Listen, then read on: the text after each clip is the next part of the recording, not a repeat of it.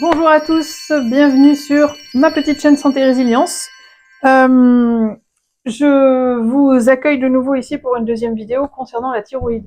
J'espère que vous avez pu visionner la première, c'est bien de faire dans l'ordre. Là, je vais essayer de faire une vidéo un peu plus courte. Je me force à découper davantage. Moi, j'aime beaucoup l'approche des médecins fonctionnels. Il y en a quelques-uns qui font vraiment un super travail au niveau de la thyroïde, mais pas que. Voilà, chacun a plus ou moins sa spécificité ou sa spécialité ou sa préférence, j'ai envie de dire. Et voilà, on va avancer tout doucement et puis vous allez voir que il y a des solutions dans le domaine de la médecine fonctionnelle. Mais moi, j'ai envie de vous proposer quelque chose de beaucoup plus large. Et pourquoi pas de vous proposer une mise en place de différentes techniques, de différentes approches, que ce soit en médecine fonctionnelle, mais que ce soit aussi en matière d'hygiénisme, c'est-à-dire en matière d'hygiène vitale, travail de fond, travail de terrain.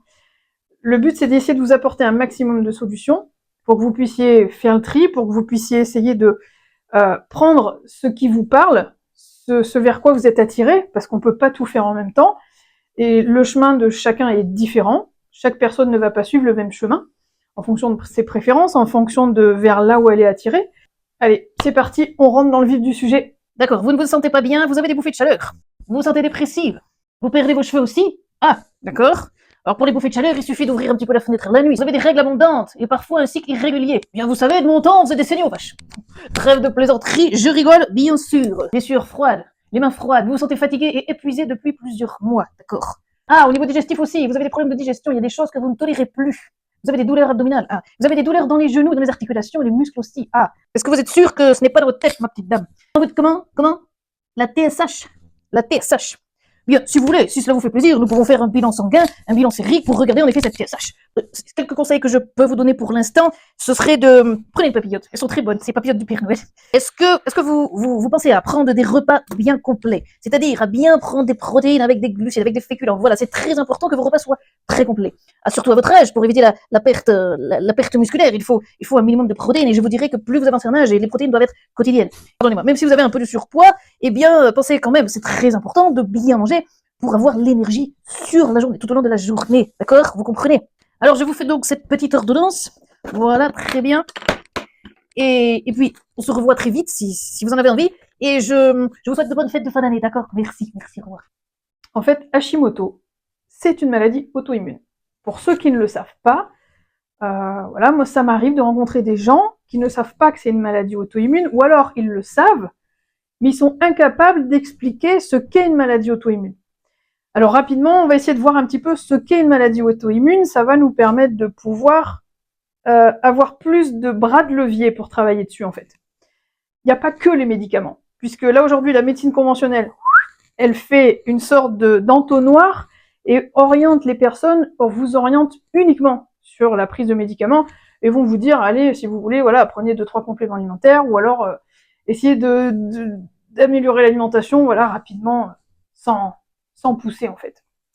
Donc cette maladie, une maladie auto-immune, elle prend naissance dans les intestins.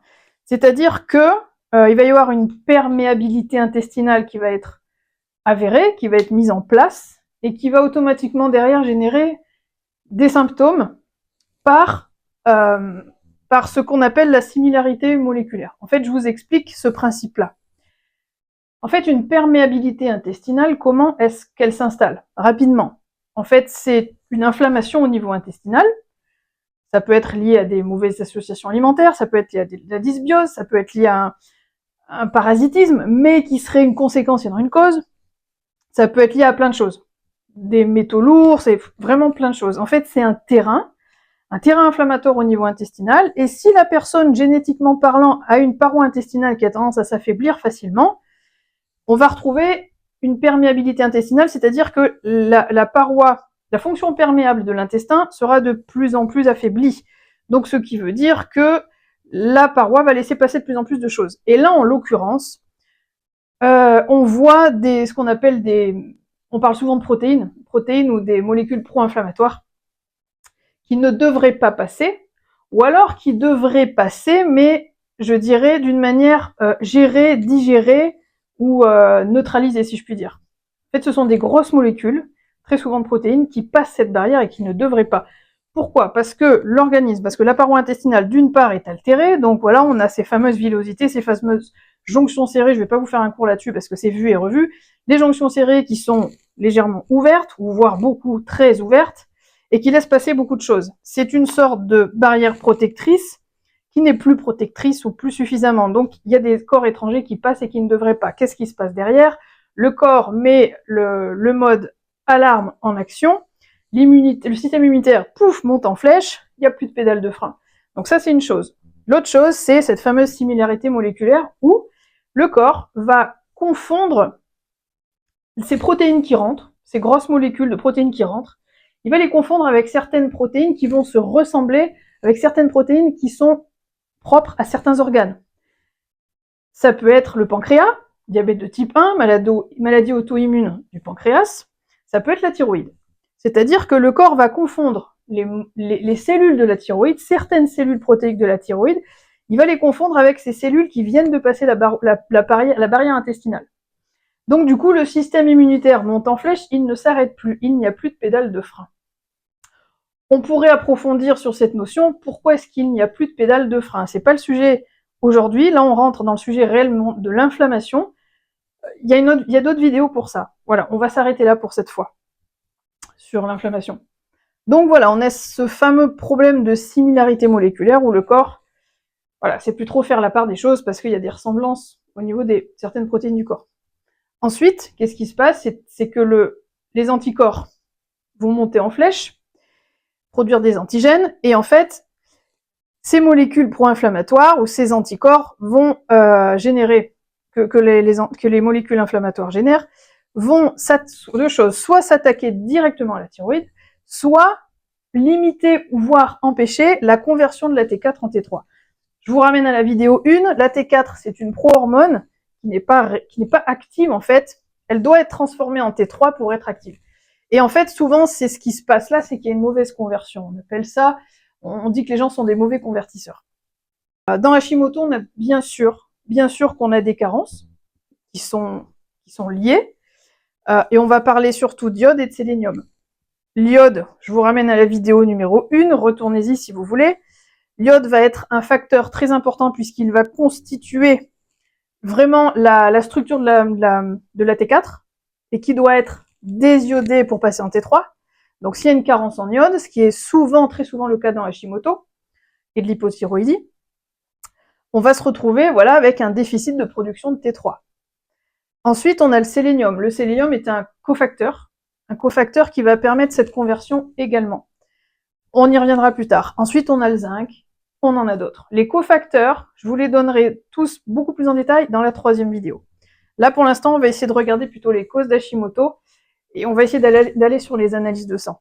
Alors ensuite, il y a une chose aussi qu'il faut comprendre, c'est que lorsqu'on parle de maladie auto-immune, que ce soit Hashimoto, que ce soit un diabète de type 1, que ce soit une maladie, une polyarthrite rhumatoïde, par exemple, il y en a d'autres, un lupus, par exemple. Lorsqu'il y a un terrain sujet aux maladies auto-immunes, la personne peut déclencher n'importe quelle maladie auto-immune, puisque la base est toujours la même, c'est cette perméabilité intestinale, porosité intestinale. C'est cette inflammation qui est de bas grade au début, puis qui devient vraiment forte, et vraiment avérée, vraiment symptomatique, qui fait que la personne est capable de déclencher plusieurs maladies auto-immunes. C'est pas quelque chose de complètement isolé, ok? Parfois, une personne peut avoir une maladie auto-immune, je sais pas moi, à 35 ans, puis à 40 ans ou 50 ans, elle va en développer une autre. C'est juste que le terrain n'a pas été correctement réparé. Ok, voire une exposition aux problèmes de base, toujours là. Et un corps qui s'affaiblit davantage. Ensuite, j'ai mis le sport, parce qu'en fait, quand on a une maladie comme Hashimoto, quand on est atteint de cette maladie auto-immune, quand la thyroïde est vraiment atteinte à ce niveau-là, toutes les personnes qui font du sport de manière intensive vont subir plus d'impact, puisque le corps va avoir besoin d'aller puiser dans les réserves, qui est déjà carencé, puiser dans les réserves pour faire face à cette intensité, je dirais, au niveau de l'endurance, au niveau de de ce sport à haute intensité qui généralement est mené d'une manière plus, je dirais, sur le long terme, intensif et sur le long terme. Et en fait, quand vous êtes atteint d'une maladie auto-immune, tous les sports de haute intensité ne vont pas vous permettre d'aller vers la récupération, parce que ça va demander au corps beaucoup trop d'énergie en post-sport, et la personne souvent ne se rend pas compte, parce que très souvent elle est sous hormones, et quand on est sous hormones, on ne le sent pas forcément. Par contre, quand on retire les hormones, on fait une chute vertigineuse. Donc attention à ceux qui font du sport de haute intensité, je pense notamment à tous ceux qui font du trail. Après, tout ce qui est court, bref, intensif, mais bref, c'est différent. C'est différent parce que le corps n'a pas besoin d'aller taper autant dans les réserves. Par contre, tout ce qui est travail d'endurance, le cardio, tout ça sur le long terme, attention, vraiment attention. Et d'ailleurs, c'est bien connu, chez les sports de haut niveau, on parle toujours de la destruction des cellules intestinales. C'est pour ça qu'il y en a plein qui sont sous glutamine. Bah, en fait, ça veut bien dire ce que ça veut dire. C'est qu'à partir du moment où il y a un sport de haute intensité qui est mené pendant longtemps, l'intestin subit beaucoup de dommages, parce que l'intestin a un lien très important avec le système immunitaire. Ok. Ensuite, on va aller voir autre chose, c'est que lorsqu'on est atteint par une maladie auto-immune, que ce soit Hashimoto ou une autre, il y a toujours un lien, 80% du temps, je dirais, avec une cause émotionnelle, voire peut-être 100%, il y a toujours une cause émotionnelle qui vient déclencher le truc. Après, lorsqu'on travaille sur le terrain et qu'il n'y a aucun changement au niveau de la symptomatologie, au niveau de ce problème, au niveau de la thyroïde, c'est que peut-être le facteur émotionnel serait prépondérant, serait beaucoup plus en cause que le terrain en lui-même. Ça peut arriver. Ça peut arriver. Vous avez fait beaucoup de changements dans votre alimentation, dans votre hygiène de vie, votre rythme de vie, le sommeil. Vous avez réglé pas mal de soucis. Vous avez retiré les molécules pro-inflammatoires. On y reviendra tout à l'heure. Voilà, vous avez arrêté l'alcool, vous avez arrêté le tabac, etc. Mais vous êtes toujours dans des symptômes assez importants. Est-ce que vous avez pensé à aller fouiller de ce côté-là? Et très souvent, on le prend pas en compte. Enfin, c'est pas qu'on le prend pas en compte, c'est que on a tendance à l'avoir mis dans l'inconscient, mais vraiment, ça peut vraiment être mis dans l'inconscient de manière très subtile, dans des endroits bien cachés, tout simplement parce que notre conscient veut nous protéger. Et lorsqu'on commence à rentrer à l'intérieur de l'inconscient, par des techniques diverses et variées, maintenant qu'on connaît, voilà, il y en a beaucoup, on y reviendra plus tard, et ben on se rend compte qu'en fait, il y a des choses qui sont vraiment enfouies, et quand on les fait sortir, ça fait mal. Ça fait très mal. Et quand on travaille sur ce terrain-là, si le reste n'a rien fait, quand on travaille sur ce terrain-là, on a vraiment beaucoup de très bons résultats. Voilà. Après, ça, c'est vraiment du cas par cas. Et voilà, ça, c'est à vous de voir. Ça, c'est vraiment à vous de voir. C'est quelque chose de très intime, de très profond. On touche vraiment au tissu invisible, mais vraiment à l'intérieur du corps, à l'intérieur du cerveau, à l'intérieur du cœur, à l'intérieur des tripes. On est vraiment au cœur du sujet, j'ai envie de dire, mais je pense qu'on est tous touchés. À partir du moment où on a une maladie auto-immune, on est forcément touché par cette sphère-là, à un moment donné. Après, voilà, il faut essayer de faire la part des choses. Et après, à l'inverse, il y en a beaucoup qui travaillent uniquement là-dessus et qui n'ont pas travaillé sur le terrain. Il suffit d'équilibrer les deux. Voilà. Donc, j'ai un tableau comme celui-là. Là, je vous ai mis une grosse flèche en dessous. Le plus important, ce qui est important de comprendre, c'est qu'à partir du moment, là, ce qu'il faut retenir là sur cette partie-là, à partir du moment où on est atteint par ce genre de pathologie, c'est que à l'intérieur de l'organisme et surtout au niveau intestinal, c'est qu'il y a de l'inflammation. Et tant que vous n'aurez pas travaillé là-dessus,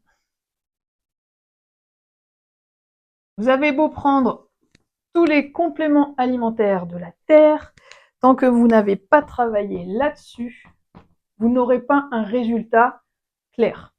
Vous n'aurez pas un résultat visible, net et différent.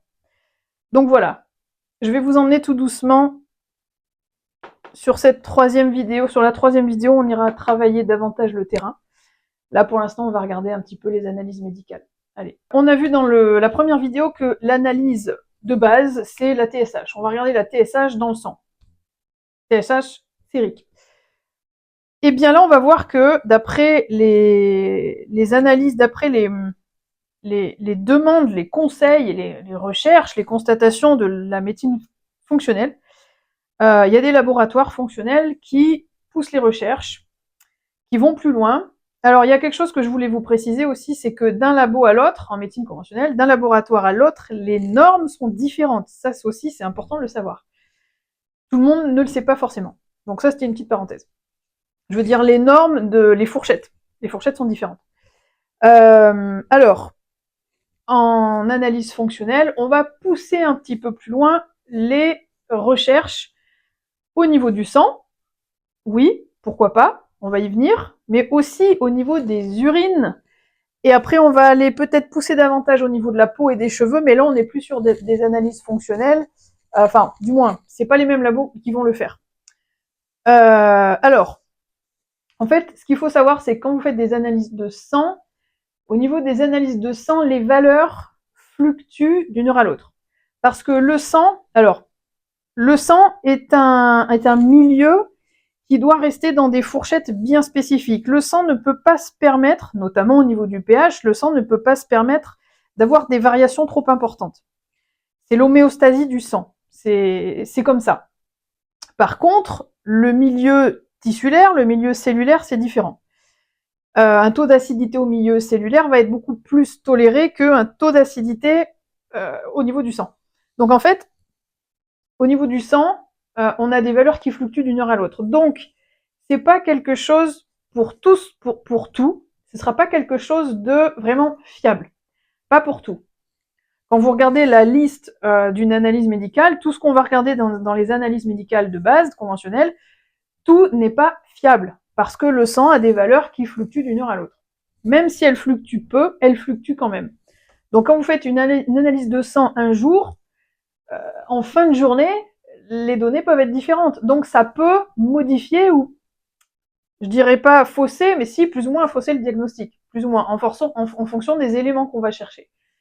Au niveau des urines, les analyses qu'on fait au niveau des urines, en fait, qui est évacué par les urines, le rein c'est un filtre, le rein est un émonctoire qui vient gérer les surplus, les excès et retenir ce dont il a besoin, notamment par l'aldostérone, cette hormone produite par les surrénales. Donc en fait, au niveau des urines, c'est ce qui va passer dans les urines, c'est ce que le corps n'a plus besoin, c'est ce qu'il y a en excès. Donc ça nous donne quand même quelque chose d'utile parce que on va pouvoir voir ce que le corps rejette. S'il rejette des choses, par exemple, je sais pas moi, de l'iode, par exemple, si le corps se met à rejeter de l'iode, c'est qu'il n'en a pas besoin, c'est qu'il a fait son stock, il n'a plus besoin du reste. Par contre, s'il y a une rétention, s'il y a des carences avérées dans les urines, c'est que le corps tente de faire de la rétention parce qu'il en a besoin. Ok ? Donc ça, c'est l'avantage des urines. Donc ça nous donne vraiment beaucoup d'éléments en fait. Ensuite, on a les analyses de peau. Donc la peau, en fait, voilà, c'est le fameux oligoscan, oligocheck, qu'on peut faire chez plein de thérapeutes. Et en fait, la peau va nous donner des indications sur les contenus minéraux, vitaminiques et autres, oligo-éléments, au niveau des tissus. On va regarder ce que contient les tissus. Encore une fois, c'est pas quelque chose de magique, mais ça peut nous guider. Ça peut vous guider dans votre avancement. Alors, ça va nous donner des choses très précises, je dirais plus précises en termes de quantité de minéraux testés.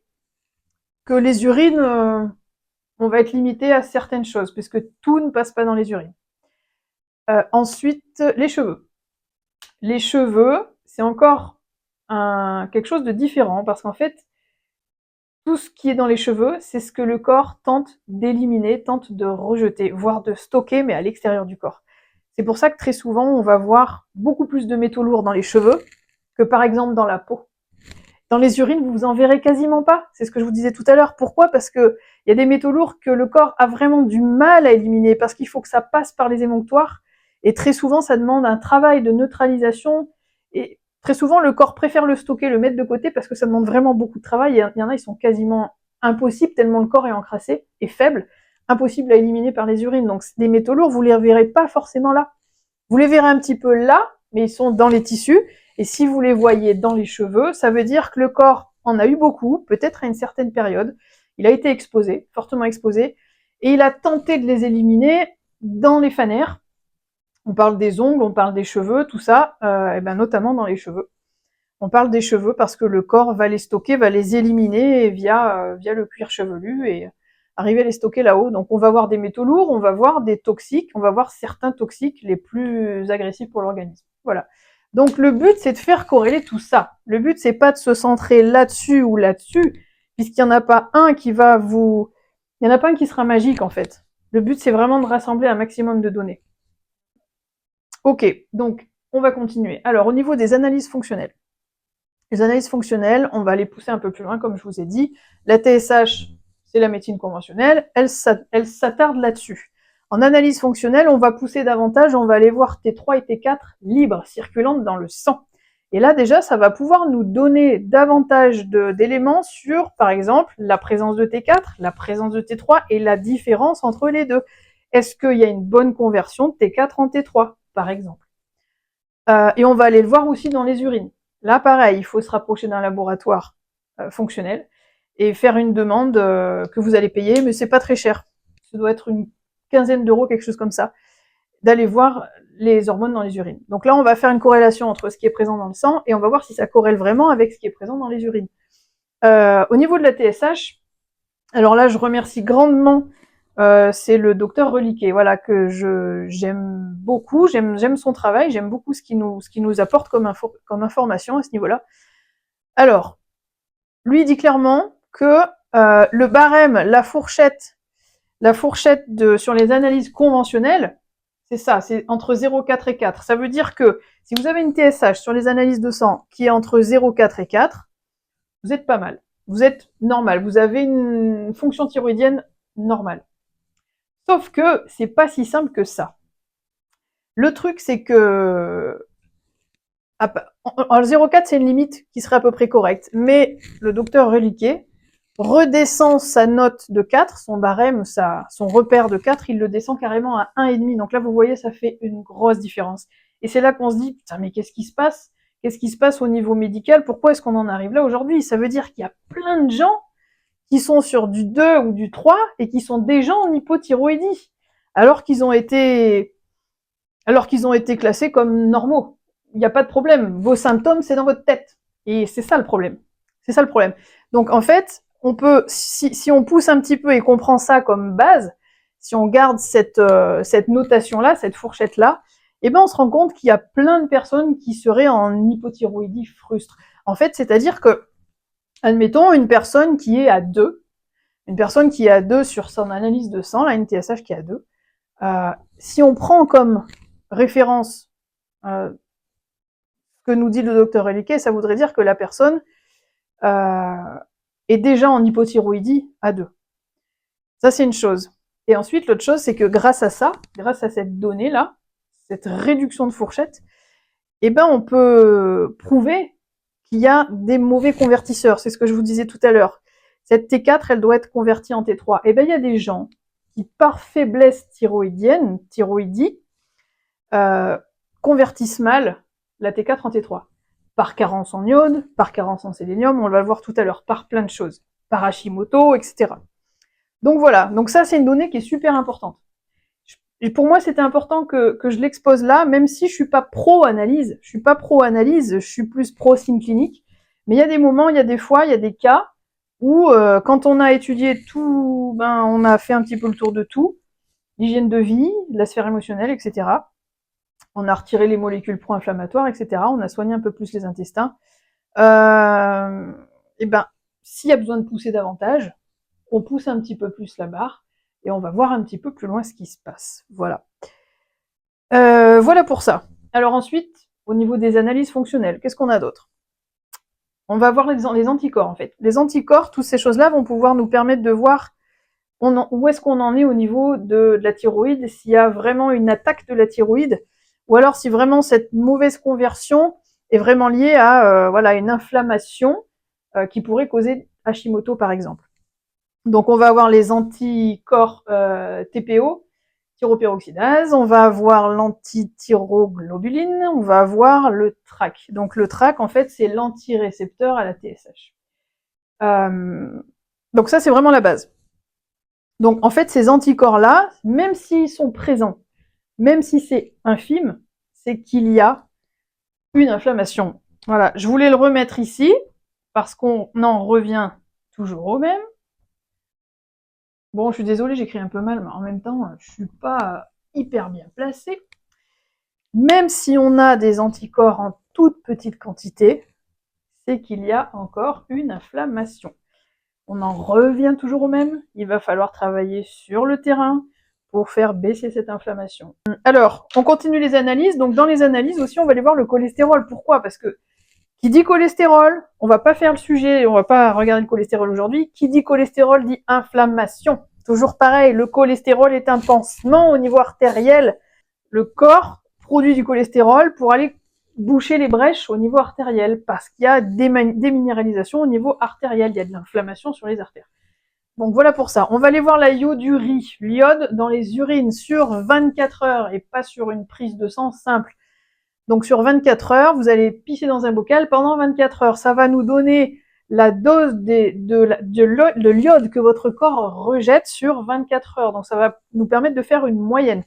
Il y a en effet des discordes entre le discours des médecins fonctionnels sur le dosage en iode, sur la complémentation en iode. Première chose, c'est que la médecine fonctionnelle, certains médecins ne sont pas d'accord avec les dosages, certains parlent en microgrammes, d'autres en milligrammes, ce qui fait une énorme différence. Et deuxième chose, c'est que attention à cette complémentation, parce que s'il y a un épuisement surrénalien qui est vraiment avéré, si la personne a déjà une faiblesse au niveau des surrénales, on risque d'obtenir des effets inverses lorsqu'on complémente en iode. Alors, du coup, voilà, c'est pour ça que les signes cliniques vont être importants. Et si on veut pousser davantage, eh ben, il va falloir tester plusieurs choses au niveau des surrénales. Donc, au niveau des surrénales, on va aller voir la DHEA, la prégnénolone, la testostérone, la 17-hydroxystéroïde. En fait, voilà, pareil, sur les urines sur 24 heures, ça on peut le voir. Ça, ce sont les métabolites du cortisol. On va pas voir le cortisol directement, parce que ça sera pas vraiment révélateur. Par contre, on va voir les métabolites du cortisol. C'est ça. Donc voilà pour ça. Donc au niveau des analyses, vous voyez, ça élargit quand même. On est plus sur la TSH conventionnelle et traditionnelle. Vous voyez qu'il y a quand même eu du boulot de fait. Vraiment beaucoup de choses à voir. Mais, moi, je vais pas vous dire de focaliser là-dessus. Parce que, plus on s'enfonce dans la science, je dirais, des molécules, et plus on s'y perd, en fait. Voilà, parce ça s'arrête jamais. Plus on rentre dans le petit, dans le micro, dans le petit, et plus on s'y perd. Donc il faut essayer de garder quand même du recul, essayer de voir les choses avec un peu plus de recul et d'avoir une vision d'ensemble, de vraiment rester en arrière, une vision globale, et voilà, pas s'engouffrer dans les choses comme ça et s'y perdre. Je vais m'arrêter ici pour aujourd'hui. J'ai essayé de faire court, mais vous voyez que c'est pas si simple. Voilà. Je vous dis à bientôt pour une troisième vidéo. Et dans cette troisième vidéo, on va approfondir les solutions. On va regarder les cofacteurs qui viennent stimuler la production de T4 en T3, par exemple. On va regarder les aliments qui vont pouvoir vous apporter les éléments dont on a besoin. On a parlé d'iode, on a parlé de sélénium, on va parler de zinc, de manganèse, de cuivre. On va parler de vitamines, on va parler de plein de choses. On va aller voir les aliments qui vont vous apporter tout ça. On pourra parler des compléments alimentaires de manière plus précise. On va aller voir les solutions. On va aller voir comment désenflammer, on va aller voir comment réparer et régénérer, on va aller voir comment stimuler. On va parler d'hormèse et on va aller voir un petit peu la sphère émotionnelle, voilà, le terrain des émotions. Voilà, sur ce, je vous laisse. Je vous dis à bientôt pour la prochaine vidéo, la troisième. Et en attendant, eh bien, passez de bonnes fêtes de fin d'année et prenez soin de vous. Ciao. This is the perfect night.